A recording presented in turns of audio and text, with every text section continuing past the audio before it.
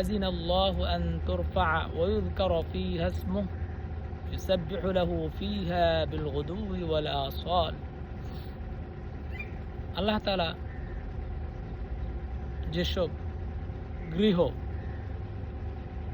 যেসব ঘরে মর্যাদা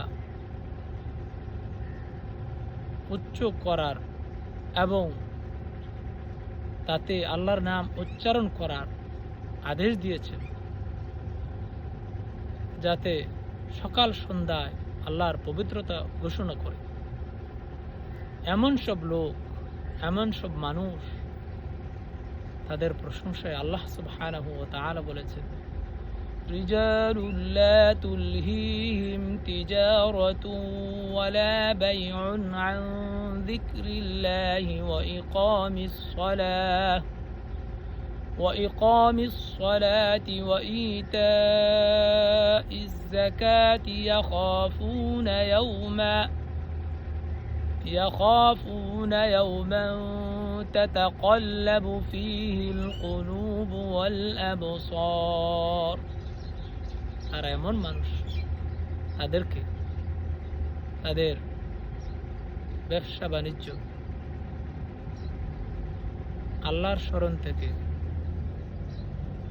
নামাজ কায়েম করা থেকে, যাকাত প্রদান করা থেকে বিরত রাখে না, তাদেরকে গাফিল করে না।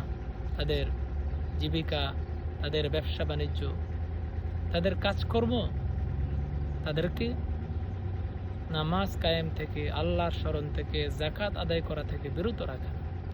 তারা এমন দিনকে ভয় করে, ওই দিনকে ভয় করে যেদিন তাতাকাল্লাবু ফীহিল কুলুবু ওয়াল আবসার, অন্তরসমূহ এবং দৃষ্টিসমূহ উল্টে যাবে। লিয়াজজিয়াহুমুল্লাহু আহসানা মা আমিলু ওয়া ইয়াজিদাহুম মিন ফাদলিহি। আর যারা আল্লাহর পবিত্রতা ঘোষণা করে, সকাল সন্ধ্যায় আল্লাহর জিকিরে লিপ্ত থাকে, তাদেরকে, আর যাদের